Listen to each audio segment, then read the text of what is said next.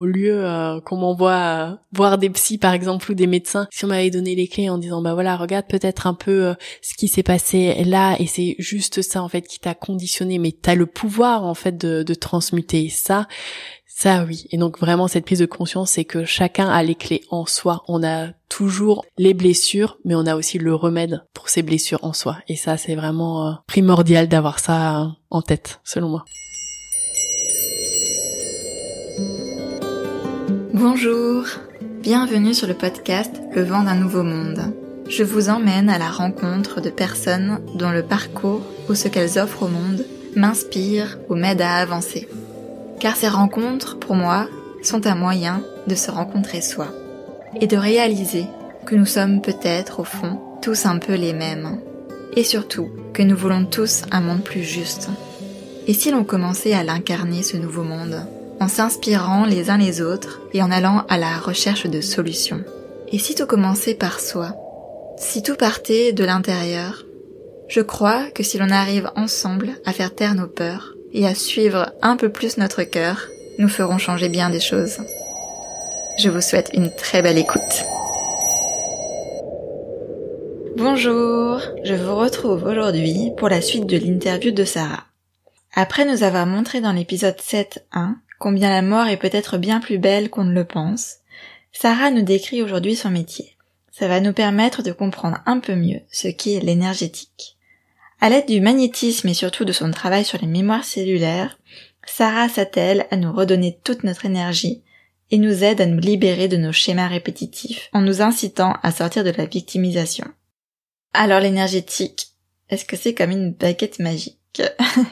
Il semblerait que non. Et vous comprendrez pourquoi dans cet épisode. C'est une conversation en tout cas passionnante qui, je l'espère, vous réconciliera avec les pratiques alternatives et énergétiques et vous donnera espoir peut-être de trouver un chemin de guérison si vous avez déjà essayé de nombreuses approches sans parvenir aux résultats escomptés. D'abord, j'aimerais vraiment qu'on s'oriente sur le côté magnétisme. Donc tu le disais, je crois, il y a plein de manières d'exercer en tant que magnétiseur, et que toi, en gros, si j'ai bien compris, ta spécialité, c'est le nettoyage cellulaire. Oui et non. Oui et non, ok. Alors, est-ce que tu peux nous en dire un peu plus sur ce que tu fais, et nous dire peut-être aussi ce que c'est le nettoyage cellulaire en même temps. Ok, alors du coup, au niveau énergétique, comme je vais travailler, la base, c'est vraiment travailler sur les structures énergétiques des gens. Donc, en gros, structure énergétique, c'est la façon dont on est constitué. Donc, on a notre corps physique, et autour de notre corps physique, on a en moyenne 6 corps externes. Donc, ce sont des couches énergétiques qui enveloppent notre corps physique. Est-ce que c'est ça qui est l'aura dont tu parlais avant avec les couleurs, ou c'est encore autre chose? Pour moi, l'aura, comme je l'aperçois, en fait, c'est vraiment plus une énergie globale qu'on va dégager et qui va se manifester sous forme de couleurs qui en dit long, en fait, sur, par exemple, la personnalité de la personne ou vraiment sa nature propre selon les couleurs, en fait. D'accord. Vraiment les corps subtils, donc ce sont des couches. En fait, si tu veux, les matryoshkas, c'est exactement ça que ça représente. C'est pour ça qu'à la base, elles étaient au nombre de 7.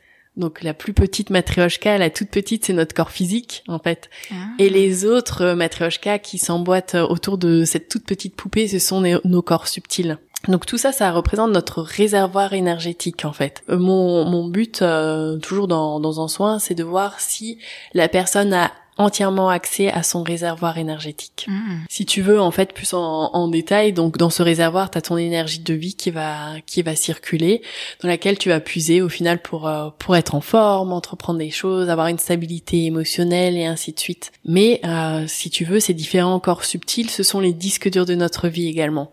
Donc tout ce qu'on va vivre depuis notre conception, que ça soit positif comme négatif, ça va s'enregistrer dans ces différents corps subtils, sachant que chaque corps a une fonction d'enregistrement bien précise. Ok. Et donc ce sont ça au final les mémoires cellulaires, toutes ces informations qui s'enregistrent dans nos corps subtils. Ah.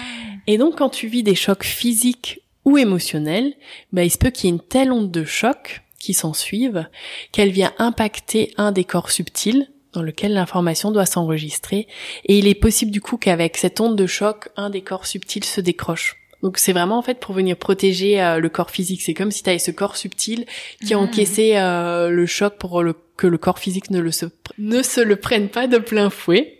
Ok, donc par exemple, tout d'un coup on n'aurait plus que 6 couches au lieu de 7 si ça se décroche?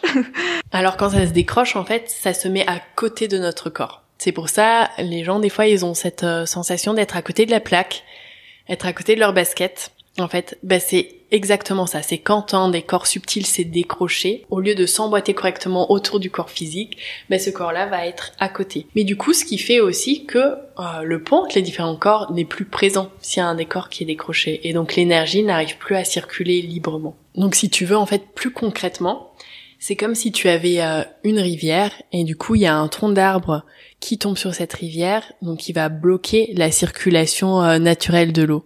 Ce qui va faire que du coup, tu auras plus accès à l'eau, par exemple, si tu es en bas de la rivière. Là, c'est un peu pareil avec les corps. Une fois qu'un des corps est décalé, ton énergie naturelle n'arrive plus à circuler naturellement, donc cette énergie va stagner en fait à l'extrémité de tes corps. Donc le but, par exemple pour la rivière, c'est de doter ce tronc d'arbre pour que l'eau puisse à nouveau recirculer correctement dans le lit de cette rivière.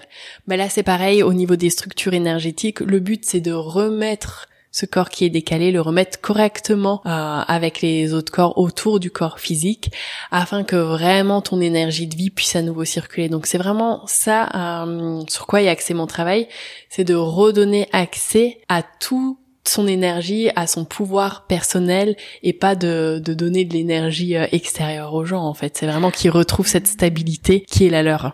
Ah, parce que, par exemple, tous les énergéticiens ne vont pas travailler sur les corps subtils. Malheureusement, non. Du coup, je vois certains patients qui ont déjà testé des soins chez d'autres énergéticiens. Et en fait, si tu veux, effectivement, il y en a qui travaillent très bien, qui ont ces capacités aussi, qui ont de l'énergie dans les mains. Et du coup, ils vont canaliser de l'énergie qu'ils vont envoyer aux patients. Ce qui fait qu'effectivement, la personne va se sentir bien pendant quelques jours, quelques semaines. Et puis après, c'est de nouveau la rechute. Donc la personne, elle est de nouveau pas bien. C'est nouveau comme avant le soin. En plus de ça, il y a cette déception de pas pouvoir maintenir cette énergie. Et en fait, c'est vraiment parce que du coup, ils vont envoyer de l'énergie, mais du moment que les corps ne sont pas correctement en place, on est comme une passoire au final, parce que le contenant n'est plus complètement là. Donc une passoire, on envoie de l'énergie, c'est comme si t'en envoyais de l'eau, forcément ça va fuir, ça va pas tenir. Donc selon moi, en tout cas, comme je vois les choses, la priorité c'est vraiment de remettre les corps en place pour que le contenant soit à nouveau complètement là. Et là, déjà naturellement, l'énergie de la personne va recirculer naturellement, donc il n'y a pas besoin de plus. Effectivement, ça fait toujours du bien d'être un peu boosté, donc on peut leur envoyer un peu d'énergie ou leur conseiller tout simplement d'aller sur un lieu énergétique, ce qui va les aider des fois. Ah oui, c'est d'accord. Les lieux énergétiques, en fait, comme les soins, tu vas faire une montée d'énergie, donc effectivement, ça va te booster davantage par rapport à ton énergie de base, mais c'est quelque chose qui va durer 2 jours. C'est pour ça quand tu vas par exemple même te promener en forêt, tu vas te sentir super bien, mais voilà, ça va pas durer dans le temps.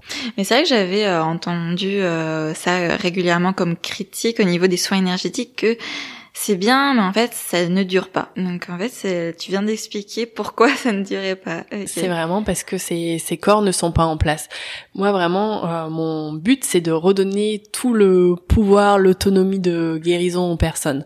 Donc, effectivement, une fois que tu mets les corps en place, que leur énergie recircule correctement, c'est un soin qui peut durer 10, 20, 30 ans. Donc c'est pas des patients que tu vas revoir tous les mois par exemple, ce qui peut ne pas arranger certaines personnes, mais moi c'est ma philosophie, vraiment je préfère que les gens du coup retrouvent vraiment leur autonomie, leur plein potentiel, et après oui, on peut travailler plus en profondeur sur d'autres choses, notamment les mémoires cellulaires dont on a parlé. Et si tu veux, du coup les mémoires cellulaires, c'est toutes ces informations qui sont enregistrées dans les corps subtils. C'est comme si c'était ton disque dur. Donc c'est une banque de données où on peut vraiment retracer le fil de ta vie. C'est une très bonne chose. La seule chose, c'est à un moment donné, c'est comme s'il y avait une surcharge de ce disque dur. La façon dont je travaille, si tu veux, c'est que les gens, ils vont venir avec une problématique. Je vais prendre une problématique basique, par exemple, un problème de confiance en eux. En tant que tel, je vais regarder du coup dans leur corps, dans leur mémoire, qu'est-ce qui a provoqué ce problème de confiance en eux. Ça peut être une information, une mémoire qui est relié à du transgénérationnel, donc quelque chose qui fait partie de leur arbre généalogique, qui a été transmis de génération en génération. Ça peut être du karmique, donc quelque chose qu'ils ont ramené d'une autre vie qui n'a pas été résolu. Et c'est la seule raison pour laquelle on va aller voir dans du karmique. parce que selon moi ça sert à rien d'aller voir ce qu'on a fait dans d'autres vies. Le but c'est vraiment de vivre cette vie-ci, ou c'est quelque chose qu'ils ont vécu au moment de la conception, dans leur vie intra-utérine ou dans leur toute petite enfance. Et une fois connectée à cette mémoire, donc je la pose pour que la personne en face puisse conscientiser ce qui a pu se passer, et je libère l'énergie qui alimente cette mémoire. Donc je viens pas ôter cette mémoire, parce que c'est une banque de données, ça fait partie de qui on est, comment on s'est construit. Mais si tu veux, ces mémoires, tant qu'elles sont pas guéries, vont continuer à être alimentées au niveau énergétique et du coup vont impacter les différents corps subtils jusqu'au corps physique. Ce qui peut engendrer du coup pour certaines personnes des conséquences physiques. Les maladies au niveau émotionnel, on les trouve souvent enregistrées dans ces corps subtils, qui peut également avoir un impact sur la posture de la personne, ses croyances, sur tous les schémas répétitifs au final. Donc voilà, je viens vraiment libérer cette énergie. Les corps subtils, est-ce que toi tu les visualises, tu les vois? Alors, comment ça marche? Oui, je les vois, je les sens. Et les mémoires, comment toi tu sais si c'est, je sais pas, karmique ou pas? C'est des infos qu'on te transmet? Bonne question. Ça vient en fait naturellement. C'est une évidence pour moi d'aller chercher dans du transgénérationnel, dans du karmique ou dans un décor, si tu veux en fait. Le transgénérationnel, le karmique, ça va se retrouver par exemple dans le 6e corps. Subtil, donc dans le 7e corps en tout, si tu veux. Les autres informations, ça va être dans les autres corps plus en amont. Donc j'ai déjà l'information dans quel corps je dois aller chercher l'information. Et après, au final, je vais la sentir. Donc je vais rentrer en contact avec cette mémoire et je vais avoir les informations visuelles. Donc je vais voir ce qui s'est passé, je vais ressentir, je vais entendre. Ça va vraiment dépendre de la mémoire, mais en tout cas c'est là et je peux le décrire à la personne.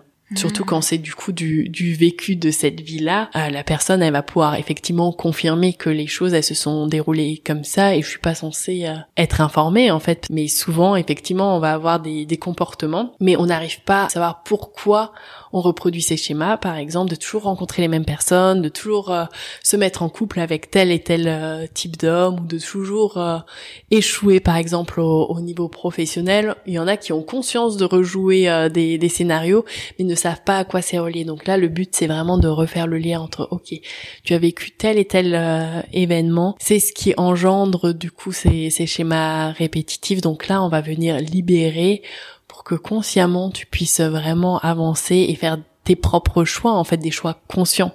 Parce que quand on fait des choix qui font partie d'une répétition, au final, c'est une réaction en fait, plus qu'un choix conscient. Et est-ce que ça se décroche vite un corps subtil comme ça? Est-ce que ça nous arrive très fréquemment? Est-ce que c'est possible par exemple d'avoir je sais pas, tous les corps qui sont décrochés, dans ce cas-là, qu'est-ce qui se passe?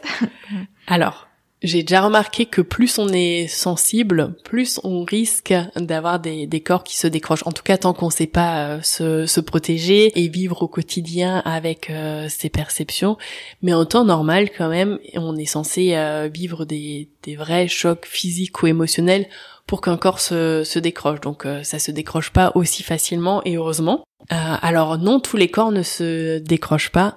Rien que le premier corps externe, lui, il reste en permanence autour du corps physique. Même après le décès d'une personne, il est encore là. Je sais pas si effectivement dans la durée à un moment donné, il part également, mais en tout cas dans les 3 jours qui suivent le décès d'une personne, il est toujours là. Et effectivement, malheureusement, j'observe des personnes qui du coup ont les corps du 2e au 6e externe qui sont décrochés, mais là du coup ça va être vraiment des personnes qui du coup ont fait des tentatives de suicide ou ce genre de choses vraiment. Et du coup là c'est tout ce qui est grosse dépression, burn-out qui ressasse toujours des idées noires. Donc voilà, heureusement ça n'arrive pas fréquemment et pas à tout le monde. Est-ce qu'une séance dans ce cas-là, ça suffit? Alors pour travailler sur les structures énergétiques, oui, une séance ça suffit, comme je disais. Une fois qu'on a nettoyé, qu'on a fait partir les entités s'il y en a, qu'on a remis les corps en place, c'est quelque chose qui dure dans le temps. Donc jusqu'à ce que la personne revive éventuellement un choc physique ou émotionnel. Ça c'est stable. Après le travail sur les mémoires cellulaires, au final, on porte tellement d'informations que ça c'est un travail qui peut se faire sur du long terme, selon le besoin des personnes, selon les thématiques sur lesquelles elles veulent travailler. Et est-ce qu'on a d'autres moyens de je sais pas si c'est le mot raccrocher les corps alors, mais est-ce qu'on a d'autres moyens en tout cas de se réparer comme ça que de passer par exemple un magnétiseur? Est-ce qu'on peut le faire soi-même? Alors on peut remettre soi-même ses propres corps, effectivement, ça c'est une certitude, heureusement du coup, parce que c'est quelque chose aussi qui peut m'arriver, donc ça peut être bien de savoir s'auto-gérer. Après, est-ce qu'il y a d'autres techniques? Sûrement, oui, mais par contre j'en connais pas. Et les gens qui viennent te voir, alors, c'est pour tout type de problématiques, que ça ait des difficultés, des douleurs physiques, aux problèmes, tu parlais de confiance en soi. C'est dans quel domaine que tu peux avoir un impact? Alors effectivement, les thématiques sont très variées. Ça peut effectivement être des gens qui vont venir pour des douleurs physiques. Donc là, tout dépend. Ça va effectivement être soit une problématique physique qu'il va falloir régler. Il peut y avoir de l'émotionnel derrière, il peut y avoir des mémoires qui sont enregistrées. Donc ça dépend vraiment de la personne. Il y en a qui viennent effectivement plus pour du développement personnel, donc tout ce qui est confiance en soi, estime, prendre sa place, des choses comme ça où on va travailler la plupart du temps quand même plus sur les mémoires cellulaires. Il y a des gens qui viennent parce que ils sont en dépression, ils vivent un postpartum qui est compliqué. Il y a tout ce qui est burn-out, donc ça va plus être ce genre de choses. Au final, c'est assez varié. Il y a de tout. Ça va aussi être des problèmes de sommeil, d'anxiété. Et alors, est-ce qu'on pourrait dire que c'est un peu comme une baguette magique finalement? Ça marche. Ça marche et ça marche pour tout. Surtout pas. Alors pas du tout, en fait, pour moi c'est pas une baguette magique. Effectivement, il y a sur certaines choses où je vais pouvoir intervenir, je vais refaire circuler l'énergie, redonner accès aux gens à leur propre énergie. Après, si en face, il y a des personnes qui ne sont pas prêtes à entendre, pas prêtes à guérir par elles-mêmes, malheureusement, en fait, on réglera pas le fond du problème. Parce que je pense être un accompagnant, je vais avoir des capacités, en fait, pour dénouer des choses, libérer certaines choses. Mais pour moi, c'est vraiment hyper important que la personne, elle prenne le pouvoir de sa propre guérison. Donc il faut déjà vouloir guérir, affronter les choses, donc les parts d'ombre qu'on porte, faire un travail sur soi également. Donc c'est beaucoup plus complexe que juste une séance et puis on est guéri. Alors oui, pour tout ce qui est vraiment dérèglement des structures énergétiques, là oui, comme dit, en une séance ça peut être réglé. Des fois c'est juste un dérèglement énergétique, mais la personne n'a pas d'autres problématiques en fait, que ça soit psychologique, mental ou au niveau des mémoires cellulaires. C'est vrai que c'est difficile parce que parfois oui, peut-être qu'on pense qu'on veut, mais en fait finalement dans l'inconscient du coup on ne veut pas et ça marche pas. Mais alors comment mettre le doigt dessus? Alors si tu veux, en fait il y a différentes étapes. Effectivement, on peut avoir l'impression qu'on est prêt, ou on a envie de transcender certaines choses pour aller de l'avant, mais le travail n'est pas forcément fait. Pour moi, c'est chaque chose en son temps, en fait. Vraiment, lors de la séance, forcément, il y a des choses qui vont se décanter. Ce sera pas magique comme certains le souhaitent, mais en tout cas, il y a des graines qui vont être plantées, ça c'est sûr. Donc elles germeront quand ça sera le bon moment pour la personne, en fait. Que ça dure une semaine, quelques mois, voire des années. En tout cas, ce qui est sûr, c'est que les graines sont là, et puis quand la personne sera prête, elle avancera, en fait. Donc avant, tu disais à un moment que tu as enlevé les entités, et j'en ai parlé aussi au tout début dans mon introduction. Donc tu nous as parlé des entités que toi tu voyais, mais alors qu'est-ce que ça veut dire enlever des entités? C'est les faire passer vers la lumière, en fait. Comme j'expliquais, tu as des âmes qui n'arrivent pas à décrocher, soit parce qu'elles sont pas conscientes qu'elles sont décédées, soit parce qu'elles n'ont pas été correctement accompagnées. Ça, selon moi, c'est vraiment important. Tu vois, avant, je disais que j'étais pas forcément croyante, ou en tout cas que je l'étais plus, que j'étais contre les religions. Les religions, ça avait quand même ça de bien de mettre des rituels en place. Donc effectivement, on avait des rituels pour accompagner nos proches vers la fin de vie. Il y avait la dernière onction, par exemple, on veillait le corps, on avait cette notion de pardon aussi, qui n'est plus présente à l'heure actuelle ou très peu présente, ce qui fait qu'on laisse même mourir nos proches seuls souvent, où il y a pas eu de dialogue, pas eu de communication, il n'y a pas eu ce pardon qui a été fait, et du coup tout ça n'aide pas forcément les âmes à décrocher. Donc vraiment ce que je fais, c'est que s'il y a une problématique, que ça soit dans les structures, parce que malheureusement quand des corps sont décalés, les entités peuvent rentrer dans nos structures. Mais donc c'est ça la question, parce que c'est vrai que tu m'avais déjà en séance par exemple dit t'avais une entité sur le pied ou une entité à cet endroit, etc. Mais donc c'est les mêmes entités que celles dont tu parlais avant, la famille que tu voyais par exemple? C'est ça, tout à fait. Ok, donc les entités peuvent s'accrocher à nous alors, c'est ça? Tout à fait. Alors, je vais modérer les propos. En fait, c'est vraiment quand il y a des dysfonctionnements dans nos structures énergétiques qu'on peut avoir des entités dans nos structures. Si nos corps sont correctement en place, on est naturellement protégé. Donc, effectivement, on peut aller dans des lieux où où va y avoir des entités, mais c'est pas pour autant qu'elles vont rentrer dans nos structures. Elles rentrent dans nos structures, comme dit, dès que des corps sont décalés. Ça crée comme des failles, en fait, dans nos structures. La porte est ouverte, tout simplement, et elles rentrent parce qu'au final, il y a de la lumière, il y a de l'énergie, que ça doit être sûrement très confortable, en fait. Et c'est ce qui va provoquer certains désagréments, que ça soit de manière typique, soit on va sentir des maux physiques qui vont pouvoir passer de la tête aux pieds, aux bras, sans raison forcément médicale, ou en tout cas médicalement on va pas réussir à expliquer le phénomène. On va pouvoir faire des examens, les médecins vont nous dire c'est le stress, alors que non, physiquement il y a quand même des douleurs ou des manifestations physiques, mais on n'arrive pas à poser de diagnostic. Et puis sinon au niveau plus émotionnel, en journée ça va être des émotions qui sont disproportionnées, qui nous correspondent pas, telles que vite se sentir irrité, angoissé, en colère, sans raison apparente. Et la nuit, c'est tout ce qui va être problématique de sommeil. Donc, on va connaître des insomnies, des réveils nocturnes, où on a beau dormir 10 heures d'affilée, on est toujours fatigué. Tout ça, en fait, ce sont souvent, la plupart du temps, des problématiques liées aux entités. Ok. Et est-ce que, il me semble que j'avais déjà entendu ça à un moment, que si on vibre par exemple très haut, on peut s'en débarrasser. C'est possible ou non? Alors normalement, si on vibre très haut, ça veut dire qu'on a pleine possession de nos capacités énergétiques et du coup qu'on n'a pas de problématiques dans nos structures. Donc on n'est pas censé avoir des entités qui s'accrochent à nous, tout simplement. Ok. Dans tes séances, au tout début des séances, tu donnes une mesure. Le taux vibratoire, effectivement. Alors tu peux nous expliquer ce que c'est? Et à quoi ça sert? Ouais. Alors le taux vibratoire, c'est justement cette énergie en fait qui est dans notre réservoir énergétique, donc dans ces différents corps, c'est l'énergie qu'on va émaner également. Donc la seule raison pour laquelle je mesure, c'est voir si effectivement il y a un décalage entre l'énergie à laquelle a accès la personne à l'instant T et l'énergie à laquelle la personne devrait avoir accès quand tout va bien. Et effectivement, s'il y a un écart entre les deux, c'est qu'il y a des problématiques dans les structures énergétiques. Ah oui, d'accord.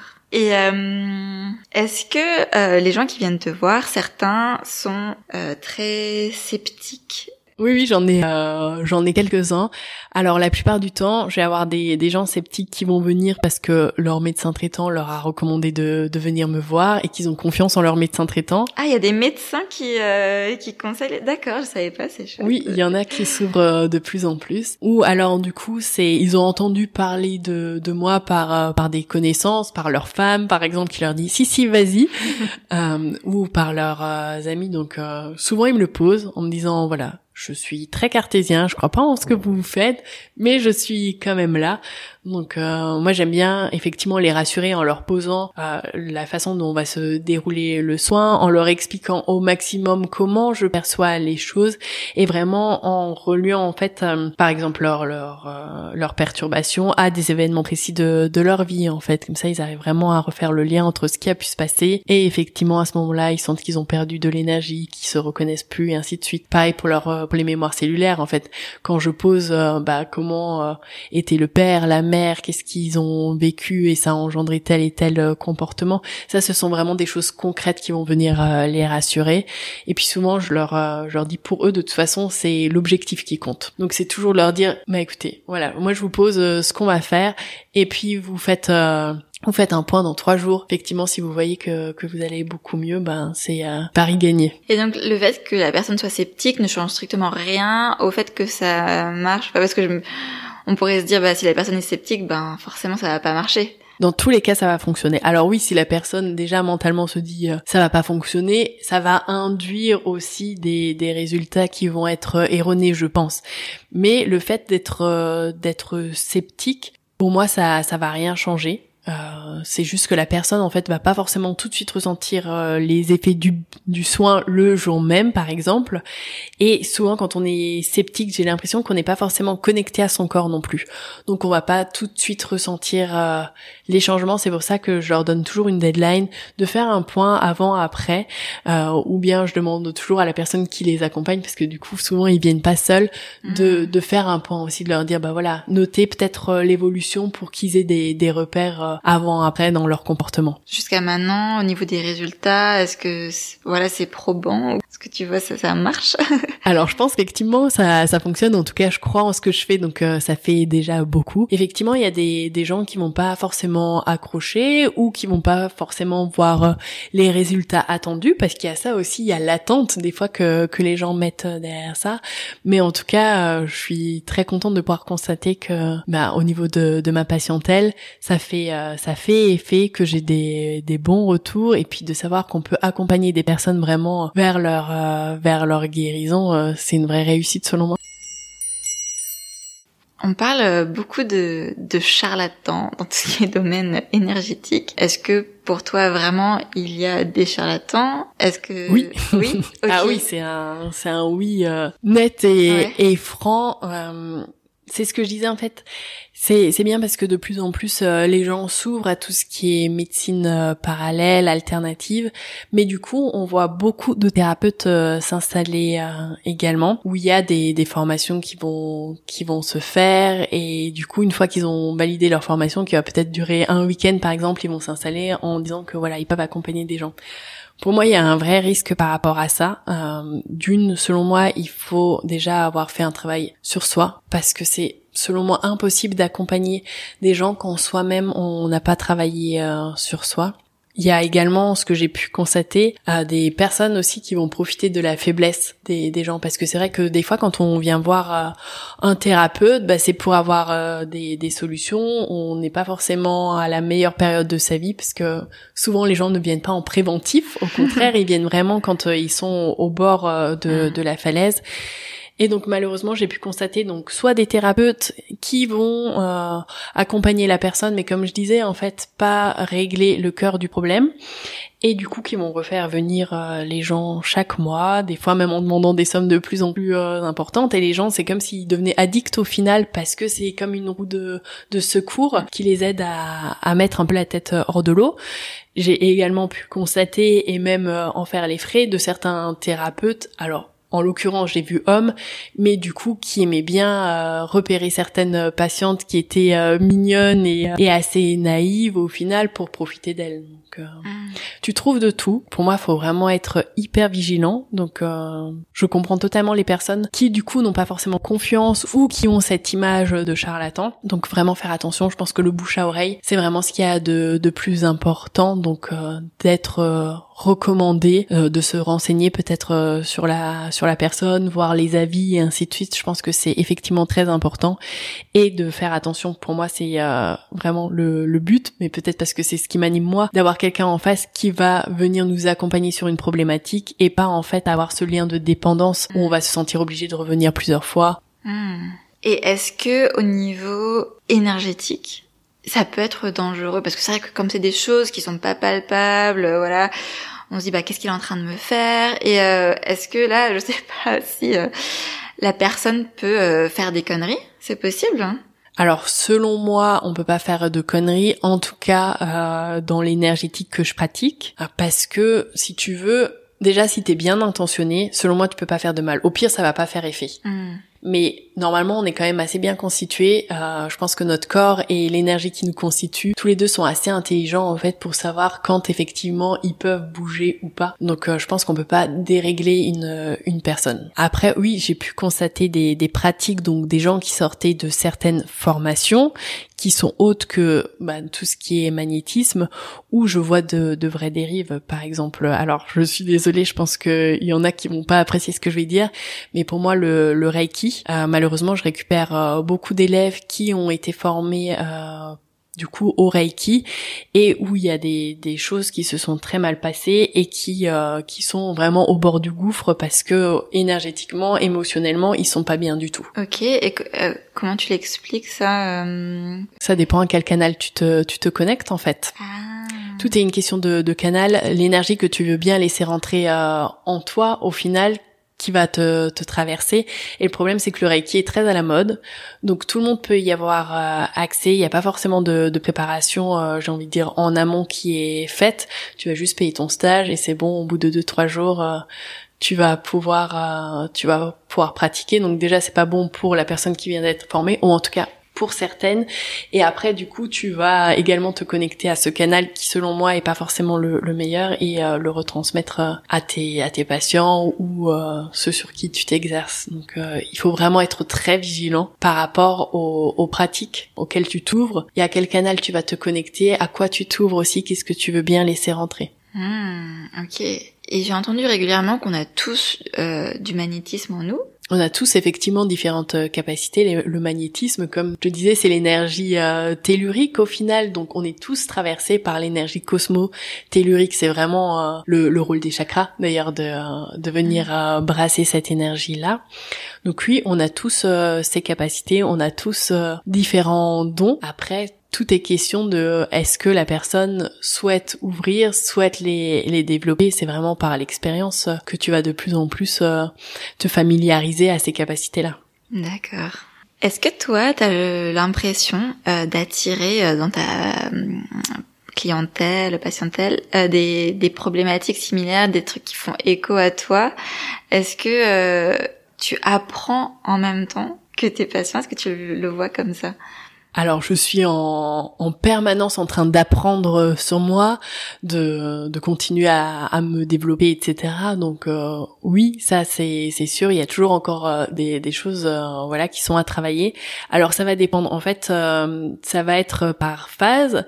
Il y a des moments, du coup, où ma patientèle, ils vont venir avec des thématiques très variées. Et je sens que dès que j'entame un processus de guérison par rapport à une thématique particulière, mes patients, ils vont venir avec cette thématique là en permanence. Donc oui, je pense que ça fait écho à un moment donné.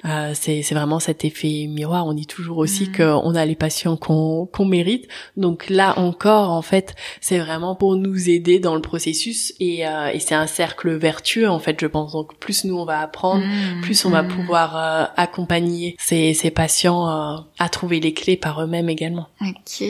Donc j'aimerais juste, beaucoup moins en profondeur, mais te demander par rapport au pan un peu plus passeuse d'âme, il me semble nettoyage des maisons, non? Effectivement, donc c'est du passage d'âme, mais au lieu que ça soit sur les personnes, donc dans les structures, ça va être dans les habitations. Ah, donc finalement c'est quasiment la même chose. C'est tout à fait la même chose, sauf que okay. Que le cadre n'est pas le même en fait. Je vais pas intervenir au même endroit, tout simplement.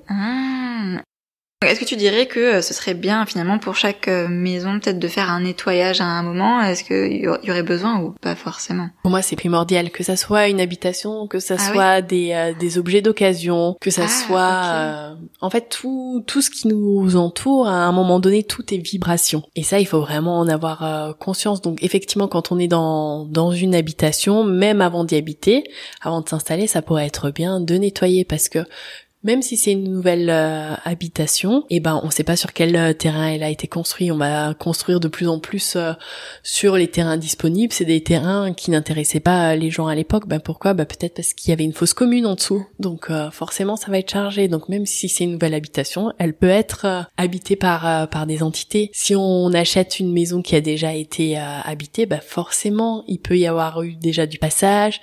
Il y a des mémoires qui sont enregistrées du vécu de l'autre famille dedans et ainsi de suite. Donc oui, ça peut être bien. Comment toi tu vis le fait d'exercer ce métier ? Est-ce que c'est facile d'en parler autour de toi ? Est-ce que tu arrives à assumer totalement ? Ou est-ce que parfois tu te caches un peu derrière un terme qui fasse moins peut-être peur à certains ? Alors, oui et non. Pour être honnête, j'assume ce que je fais. J'ai pas peur de me montrer en tant que telle. Donc oui, je vais dire que je suis. Des fois, je vais te dire uniquement que je suis thérapeute parce que je vois que la personne en fait, elle va juste demander par politesse et que ça va pas l'intéresser. Voilà. Après, c'est vrai que des fois, le regard des autres n'est pas toujours évident à assumer. Ces derniers temps, j'ai pu constater au cabinet qu'il y avait des raccourcis qui étaient très vite faits.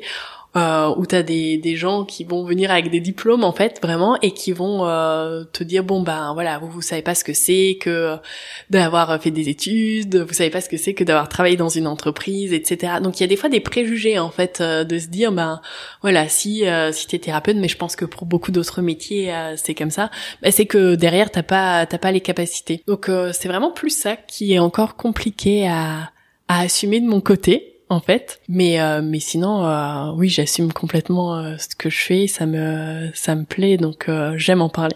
Très bien. Et tu en parles bien. Parce que... Alors maintenant, ça va être plutôt des questions non pas liées à ton métier, mais plutôt un peu à toi. Mais avant ça, une autre question qui me vient, c'est qu'est-ce que tu dirais à quelqu'un qui se sent complètement bloqué dans sa vie, qui vraiment a l'impression d'attirer la malchance, et pour qui c'est vraiment difficile ? Alors, bonne question, tout dépend du contexte. C'est vraiment déjà, tout dépend où je me positionne. Si j'observe ça en tant que simple observatrice, je vais rien dire. S'il y a une vraie demande qui m'est adressée et notamment en soins, parce que c'est vrai qu'avant j'avais du coup cette tendance à vouloir aider tout le monde. Là maintenant c'est vraiment que dans le cadre du cabinet et plus en dehors. Du coup je vais vraiment regarder quelle est la problématique liée à cette malchance, voilà, pour essayer du coup de poser les choses, que la personne puisse conscientiser d'où ça vient et de l'accompagner au mieux pour régler cette problématique. Et donc tu penses que voilà, vraiment rien n'est gravé dans le marbre et que il y a des solutions pour chacun ? Selon moi, heureusement, rien n'est gravé dans le marbre. Après, faut voir la volonté derrière, l'énergie que tu vas mettre, si tu vas tenir aussi dans le temps, si t'es prêt à guérir. Alors c'est pas forcément simple, ça peut prendre du temps. Comme je te disais avant, même par exemple moi, mon ouverture, elle a pris du temps. Au final, quand on regarde maintenant, on se dit ah oui, c'était rapide, mais non, il y a eu aussi des moments très difficiles, des expériences de vie qui ont été douloureuses, mais tout ça en fait tout dépend à chaque fois comment on observe les choses. Si on prend chaque expérience même douloureuse comme un vrai tremplin en fait pour avancer, oui, selon moi tout est possible. Ça dépend vraiment où se situe la personne. Si elle va être dans la victimisation et dire effectivement pourquoi c'est toujours moi, pourquoi il m'arrive ça, elle va continuer à l'attirer. C'est un schéma répétitif au final où on va attirer tout ce qui est négatif. Ok. Par rapport à toi, est-ce que tu voudrais peut-être déjà nous partager un peu tes projets ? Alors avec plaisir. Donc là, je suis vraiment dans une phase où j'ai à cœur de commencer à transmettre différentes clés pour développer par exemple ces ressentis, également pour pouvoir ressentir tout ce qui est magnétisme, etc. Donc ça c'est les projets de cette année du coup qui vont voir le jour. Et puis qui sait peut-être me mettre à écrire un livre pour parler de ce sujet que je trouve passionnant, qui est les mémoires cellulaires. Parce que est-ce que justement dans le domaine énergétique, donc les mémoires cellulaires, si j'ai bien compris, c'est pas quelque chose qu'on trouve tellement souvent, que c'est aussi un peu à la mode. Alors du coup, je peux pas forcément bien te répondre là-dessus parce que moi j'ai mis pareil une étiquette là-dessus. Mémoire cellulaire, c'est quelque chose que j'ai de façon innée en fait. Donc je l'ai développé au fur et à mesure, mais c'est pas quelque chose que j'ai appris. Effectivement, je vois qu'il y a des écoles qui forment sur les mémoires cellulaires. Est-ce qu'on parle de la même chose ou pas? Je n'en ai aucune idée, honnêtement. Après, il y a quand même une grande référence dans tout ce qui est étude de ces mémoires qui nous composent. C'est Myriam Bruce qui a écrit plusieurs livres, dont il me semble Mon corps a une mémoire, où elle en parle déjà pas mal. Par rapport à toi, est-ce que tu voudrais nous partager, si maintenant il y a des choses qui te viennent, sur par exemple des prises de conscience qui ont été vraiment marquantes pour toi? Mais je pense vraiment la prise de conscience la plus importante, c'est cette complexité humaine. C'est vrai que avant vraiment de m'intéresser, de développer mes capacités, pour moi on avait un corps physique, on fonctionnait de façon routinière, si je puis dire. Quand on avait mal quelque part, on allait chez le médecin, etc. Et là, de percevoir qu'en fait, il y avait des choses qui étaient beaucoup plus profondes que ça a été vraiment une vraie prise de conscience. Et c'est là où je me dis, malheureusement, en fait, on n'en parle pas assez. Et c'est quelque chose dont nos enfants devraient déjà avoir conscience au final, parce que une fois que tu as ces clés, t'appréhendes la vie de façon différente. Je sais que par exemple moi, mon adolescence, elle a été très compliquée, mais parce que du coup, j'étais vraiment cantonnée à ce corps dans lequel je m'étais enfermée. Donc forcément, en fait, j'avais l'impression de vivre dans une prison. Je broyais du noir, j'attirais des gens ou des expériences qui étaient négatives. J'étais aussi dans la victimisation. C'est pour ça, je jette pas du tout la pierre à ceux qui vivent ça. C'est ok, ça fait partie du processus. Mais en fait, du coup, au lieu qu'on m'envoie voir des psys, par exemple, ou des médecins, si on m'avait donné les clés en disant, regarde peut-être un peu ce qui s'est passé là, et c'est juste ça, en fait, qui t'a conditionné, mais t'as le pouvoir, en fait, de transmuter ça. Ça, oui. Et donc, vraiment, cette prise de conscience, c'est que chacun a les clés en soi, en fait. On a toujours, en fait, les blessures, mais on a aussi le remède pour ces blessures en soi. Et ça, c'est vraiment primordial d'avoir ça en tête, selon moi. Mais quand même avec l'aide, peut-être, d'un énergéticien ou par le biais de... Alors, oui et non. C'est toujours ça, en fait. Effectivement, à un moment donné, quand on est bloqué, c'est une vraie force de se dire, ok, je vais aller voir quelqu'un, je suis prêt à me faire aider, mais en même temps, ça doit pas non plus être une roue de secours. C'est pas, on va toujours voir un thérapeute quand ça va pas, ou pour qu'il me donne un coup de pouce pour qu'il me sorte de l'eau. Non, à un moment donné, en fait, c'est deux dynamiques, en fait. Donc, c'est vraiment travailler sur soi, aller de l'avant, même si on n'a pas forcément tout de suite les clés, mais c'est déjà poser les intentions de ce qu'on souhaite, peut-être s'informer, lire des livres et ainsi de suite, remettre des choses en question. Et effectivement, quand on est bloqué, quand on a besoin d'un coup de pouce, voir un thérapeute à ce moment-là, à titre préventif, c'est des fois encore mieux que quand il faut vraiment réparer des choses. Ok. Et si tu veux nous partager, toi actuellement, c'est quoi un peu tes défis ou les choses qui sont peut-être un peu plus difficiles pour toi? Alors mes défis vraiment à titre professionnel, du coup, ça va plus être de poser ses limites en fait. Je pense que de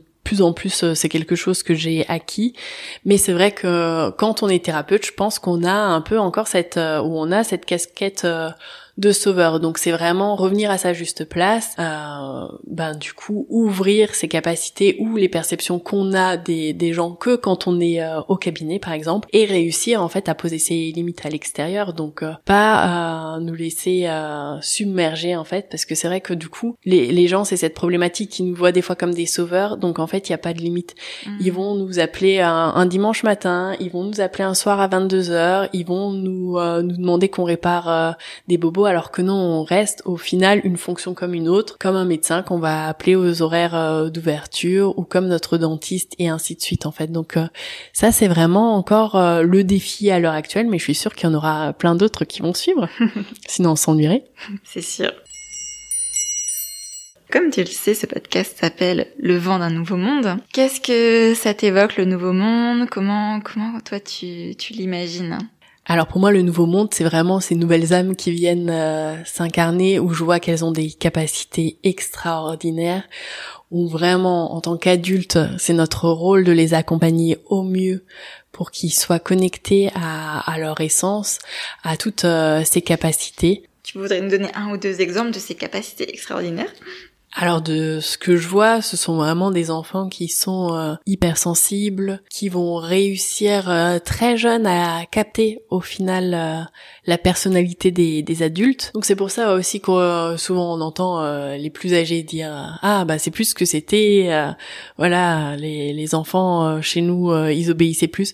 C'est pas qu'ils désobéissent au final, mais c'est que vraiment ils s'affirment davantage, ils vont remettre en fait la parole ou l'autorité d'un adulte en question parce qu'ils voient en fait que la personne en face n'est pas forcément alignée. Donc il y a vraiment cette intelligence déjà de perception, ou bien des enfants du coup qui vont effectivement percevoir des entités, qui vont percevoir l'aura et ainsi de suite. Donc c'est très intéressant de pouvoir communiquer avec ces enfants-là parce qu'ils ont énormément à nous apprendre. Et c'est là où on voit que en tant qu'adulte, je pense que c'est aussi une forme d'intelligence de réussir à accepter, d'écouter et d'apprendre d'un enfant. Tout à fait. Justement, dans ce podcast, j'ai à cœur aussi d'interviewer des enfants. Donc toi, t'as un petit garçon. On entend aussi régulièrement en développement personnel, les enfants sont nos meilleurs maîtres, ce genre de phrases. Effectivement. Est-ce que, je sais pas s'il y a des choses qui te viennent sur peut-être toi des choses que ton fils a pu t'apprendre? Alors il m'a appris énormément de choses, il continue à m'apprendre beaucoup de choses. Alors ça va pas forcément être d'un point de vue spirituel, hein, mais il m'apprend la patience. Vraiment, je suis quelqu'un à la base d'impatiente et vraiment là, même des fois il me le dit, maman, sois patiente. Donc il me fait vraiment revenir à l'instant présent. Après aussi, ça m'a permis à canaliser certaines choses, ou en tout cas à mieux vivre certaines choses. Étant hypersensible, par exemple, tout ce qui est stimuli, ça va me mettre très vite hors de moi en fait, ou en tout cas ça va pas être agréable d'être dans un endroit où il va y avoir beaucoup de bruit. Quand on a un enfant qui crie, qui va faire beaucoup de bruit, ben en fait on peut pas fuir. Donc ça nous apprend aussi effectivement à trouver des outils pour réussir à se couper, à pas le prendre personnellement. Donc ça c'est vraiment le meilleur des cadeaux. Ah c'est intéressant. C'est presque la fin. Est-ce que toi il y a encore, je sais pas, un message que tu voudrais absolument transmettre, quelque chose à rajouter? Alors le message que j'aimerais transmettre, c'est déjà n'ayez pas peur de tout ce que vous n'arrivez pas à expliquer, parce que je vois énormément de personnes en fait qui ont des capacités extrasensorielles, mais du coup qui se cachent derrière ça, qui n'osent pas s'ouvrir par peur justement de tout ce qui est après la mort, par peur aussi de se montrer au grand jour, du qu'en dira-t-on, de passer pour quelqu'un de fou. Donc pour moi c'est vraiment assumer pleinement qui vous êtes, et c'est ça au final votre vraie force, votre authenticité, et c'est ce dont le monde a besoin. Donc montrez-vous, on a besoin de votre lumière. Trop beau. Et dernière question, est-ce qu'il y a une musique, une chanson qui te viendrait là maintenant, dont les paroles, je sais pas, résonnent particulièrement ou ont résonné à un moment de ta vie? Alors je ne suis pas du tout musique. Vraiment la musique que je préfère c'est le calme. Donc dès qu'il y a pas de bruit, c'est là où vraiment je vais me ressourcer. Et sinon ça va être les chants de la nature, donc le bruit du vent. Pour moi les rivières sont hyper importantes, donc vraiment entendre l'eau couler, le bruit des oiseaux, c'est vraiment plus ça qui va me marquer qu'une chanson en tant que telle. Ok, ben merci beaucoup Sarah. Avec grand plaisir, merci à toi de m'avoir reçue. Nous voilà arrivés au terme de cet épisode. Parmi les sons de la nature, vous avez sûrement perçu la sonnette de la porte d'entrée retentir. Le gong de fin d'interview. Le timing avait vraiment été parfait. Et quelle magnifique conclusion que Sarah nous offre. Assumons pleinement qui nous sommes. Et c'est sûrement de notre singularité dont nous avons besoin pour aller vers ce nouveau monde. Sarah nous en offre un merveilleux exemple en assumant pleinement son métier et ses capacités. Si vous êtes curieux de Sarah, vous trouverez comme toujours son contact dans les notes de l'épisode et dans mes partages sur les réseaux sociaux, Instagram et Facebook. Sous l'épisode, vous trouverez également les citations que j'ai jugées les plus inspirantes. À bientôt!